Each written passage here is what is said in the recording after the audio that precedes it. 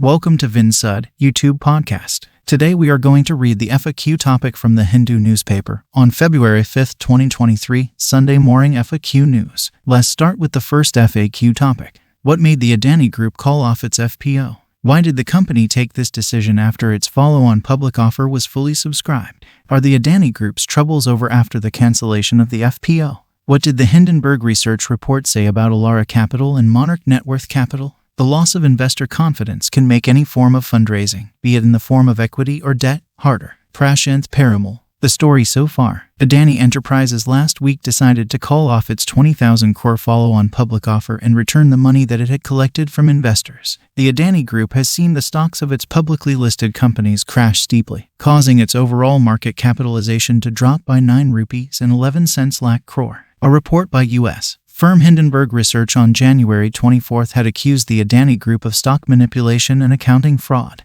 The group has denied all allegations. What does it follow? On public offer. And follow-on public offer is a process wherein a company that is already publicly listed in the stock market issues additional shares to investors. During a follow-on public offer, a company could decide to issue fresh shares to investors, or existing shareholders in the company could decide to sell their shares to other investors. And follow-on public offer is similar to an initial public offering, except that an IPO refers to the issuance or sale of shares by a company to investors when it taps into the public market for the very first time. Companies can float an FPO to raise equity capital for various reasons such as to pay off debt or to improve their capital structure. FPOs can also be a way for existing shareholders to sell their shares and exit the company. Adani Enterprises, the flagship holding company of the Adani Group, planned to raise 20,000 rupees crore through an FPO that closed last week. The FPO suddenly came under scrutiny in the midst of the steep fall in the price of its stock following the release of Hindenburg Research's report, accusing the Adani Group of several wrongdoing. There were doubts about whether the shares offered on sale during the FPO would be fully sold as they were priced well above the market price of the company's stock at the time.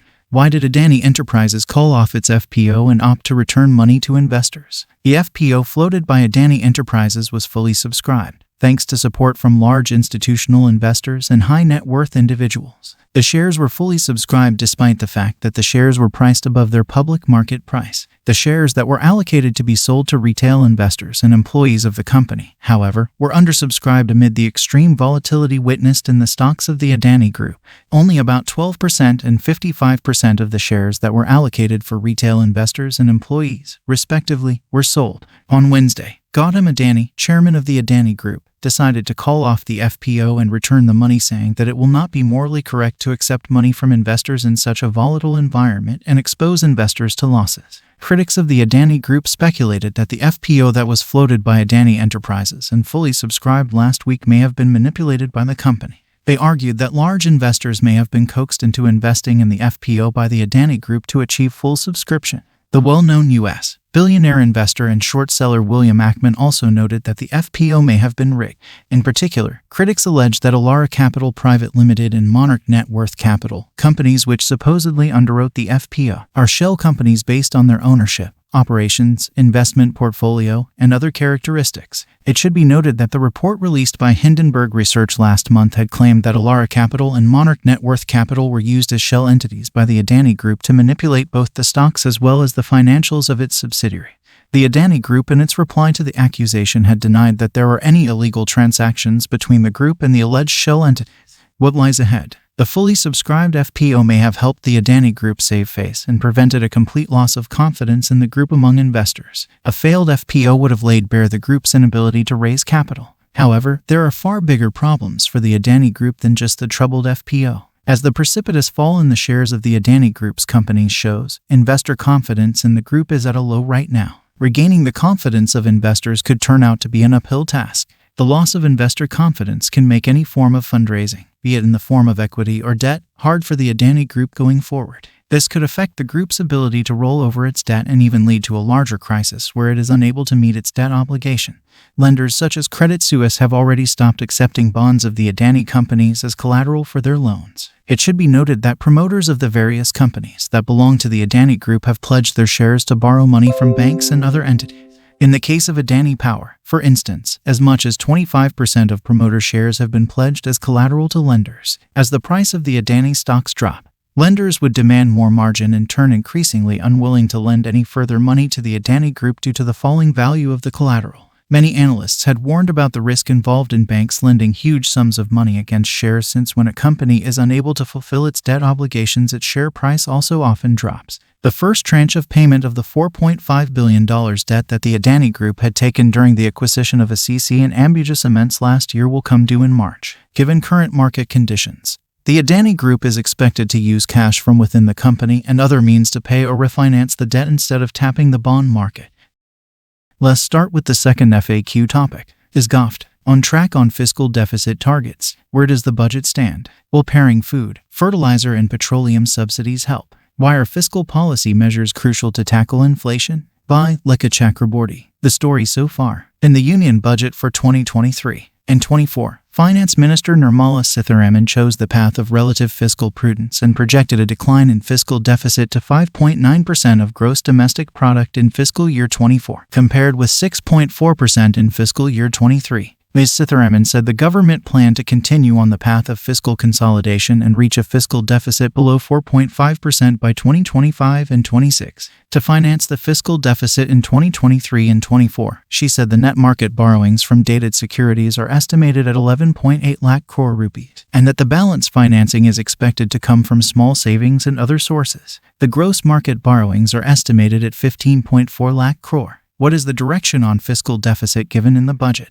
In Union Budget 2023 and 24, the fiscal deficit to GDP is pegged at 5.9% in FY24. This ratio has declined from 6.4% in 2022 and 23 and 6.7% in 2021 and 22. In the revenue budget, the deficit was 4.1% of GDP in 2022 and 23. In Union Budget 2023 and 24, revenue deficit is 2.9% of GDP. If interest payments are deducted from fiscal deficit, which is referred to as primary deficit, it stood at 3% of GDP in 2022 and 23. The primary deficit, which reflects the current fiscal stance devoid of past interest payment liabilities, is pegged at 2.3% of GDP in Union Budget 2023 and 24. Are allocations lower for some sectors? The major allocations that have been pared down are food, fertilizer, and petroleum subsidies.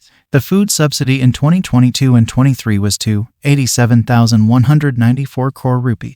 In 2023 and 24, it has been reduced to 97,350 crore rupees. Similarly, the fertilizer subsidy in 2022 and 23 was 25,220 crore rupees. It has been reduced to 75,100 crore rupees for fiscal year 24. The petroleum subsidy in 2022 and 23 was 9,171 crore rupees. It has declined to 2,257 crore rupees in 2023 and 24. However, the point to be noted is that compared with B 2022 and 23, the decline is not that sharp. In B 2022 and 23, food subsidy was 6,831 crore rupees. Fertilizer subsidy was 5,222 crore rupees, which was less than what has been allocated in B 2023 and 24. It is a laudable decision to extend food security to the poor for one more year amid rising inflation. However, rationalization of subsidies is important so that the government can move towards reaching a fiscal deficit target of 4.5% by 2025 and 26.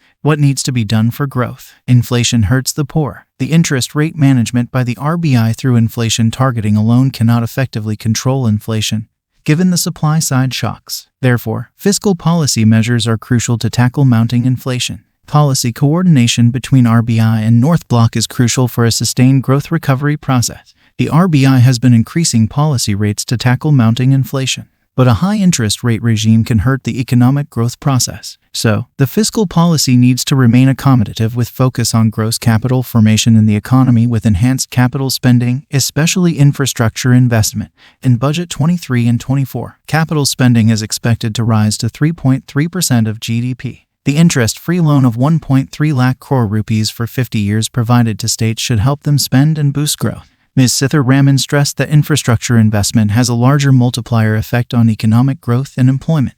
Can the GOVT stick to fiscal consolidation? The government has not deviated from the path of fiscal consolidation. In Union Budget 2023, the medium-term fiscal consolidation framework stated that there is a need to reduce fiscal deficit GDP ratio to 4.5% by 2025 and 26 from the current 6.4%. There are revenue uncertainties in post-pandemic times and also geopolitical risks, mounting inflation, supply chain disruptions, and energy price volatility. At the same time, the government has kept the fiscal policy accommodative and has undertaken capital spending to support economic growth recovery. The predominant mode of financing fiscal deficit in India is through internal market borrowings. It is also to be financed through securities against small savings, provident funds, and an insignificant component of external debt. In Union Budget 2023, India's external debt is pegged at 22,118 crore rupees of the total fiscal deficit of 86,816 crore rupees in 2023 and 24, which is approximately about 1%. In Union Budget 2023, it is also stated that the states will have to maintain a fiscal deficit of 3.5% of GSDP, of which 0.5% will be tied to power sector reforms. What are rating agencies saying? According to Moody's, leveraging buoyant revenue, the government plans to substantially increase spending on infrastructure while cutting personal income taxes and providing capital support for the oil sector. The budget plans are credit positive for renewable energy companies, cement and steel producers, oil marketing companies, and automakers in particular, it said. While continued gradual fiscal consolidation contributes to the stabilization of the government's debt burden and supports credit quality, authorities remain unlikely to achieve their ambitious target to narrow the deficit to 4.5% of GDP by FY26, Moody's added. According to Fitch Ratings, the slow fiscal consolidation process in the wake of the pandemic could leave public finances exposed in the event of further major economic shocks. What lies ahead? The finance minister is focusing on economic growth recovery through capex. She contends that infrastructure investment will boost private investment. In the fiscal deficit GDP ratio, if the denominator GDP expands, it will reduce the overall fiscal deficit GDP ratio. Her focus is on economic growth recovery to strengthen GDP. The writer is Professor, NIPFP, and board member, IIPF Munich. Let's start with the third FAQ topic. Why have mangroves got a budget push? How many varieties grow in India? What is the ecosystem required to grow and sustain mangrove forest? Shiv Mangrove Sahay. Seeing the story so far, the Union Budget for 2023-24 announced an initiative for mangrove plantation along the coastline and on salt pan lands. Under MISHTI, Mangrove Initiative for Shoreline Habitats and Tangible Income.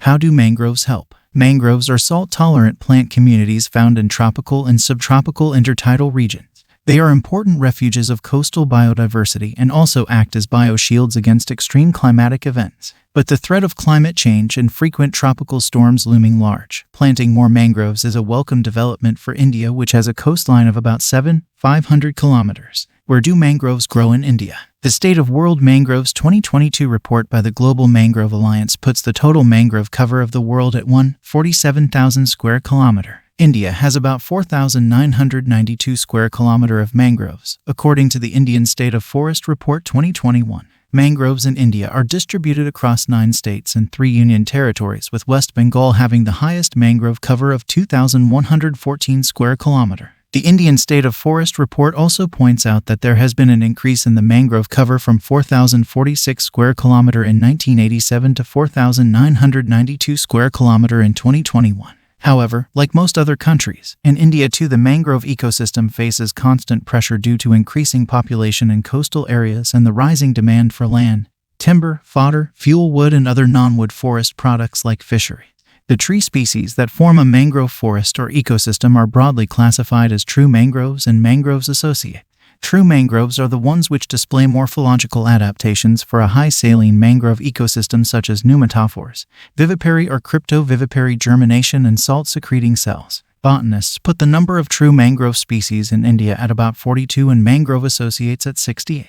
A stable and resilient mangrove ecosystem requires a number of species to exist side by side. Experts believe that trial and testing with field experience and monitoring for years may be required to create a new mangrove ecosystem along the coastline. What is the ecosystem of these forests? Mangrove forests are formed when there is intertidal flow and where adequate sediments are available for the trees to set down roots. Experts say aquaculture or fisheries along the coast obstructing tidal flow is one of the biggest threats to the mangrove ecosystem. In the Sundarbans, the largest mangrove forest in the country, several instances of clearing mangroves for fisheries have come to light. Along the country's coastline, land reclamation for agriculture, aquaculture, and industrial activities have occurred in areas which are under the coastal regulation zone. Restoration of the land and allowing intertidal flow is crucial for plantation and survival of mangrove forests. Which agency will be responsible for it? The budget states that Mangrove Initiative for Shoreline Habitats and Tangible Incomes will be implemented through convergence between the Mahatma Gandhi National Rural Employment Guarantee Scheme and Compensatory Afforestation Fund Management and Planning Authority Fund and other sources. Organizations that have been involved in mangrove plantations say that the initiative requires extensive work with local community.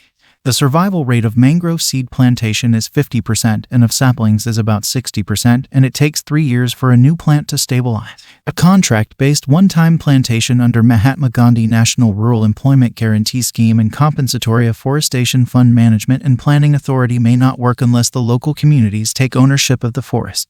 Discharge of untreated domestic and industrial effluents into the rivers impede the natural intertidal flow along the coast and the mixing of freshwater and saline water, which help in gradual formation of the mangrove forest. Why is it crucial for fighting climate change? The State of World Mangroves 2022 points out that mangroves are estimated to hold up to 4 times the amount of carbon as some other ecosystems. The loss of even 1% of remaining mangroves could lead to the loss of 0.23 gigatons of CO2 equivalent, equating to over 520 million barrels of oil, the report states. An initiative like Mangrove Initiative for Shoreline Habitats and Tangible Incomes is in line with India's nationally determined contributions announced by the Ministry of Environment, Forest and Climate Change to create an additional carbon sink of 2.5-3 billion tons of carbon dioxide equivalent through additional more forest and tree cover by 2030. India joined the Mangrove Alliance for Climate at the 27th session of the Conference of the Parties in Egypt.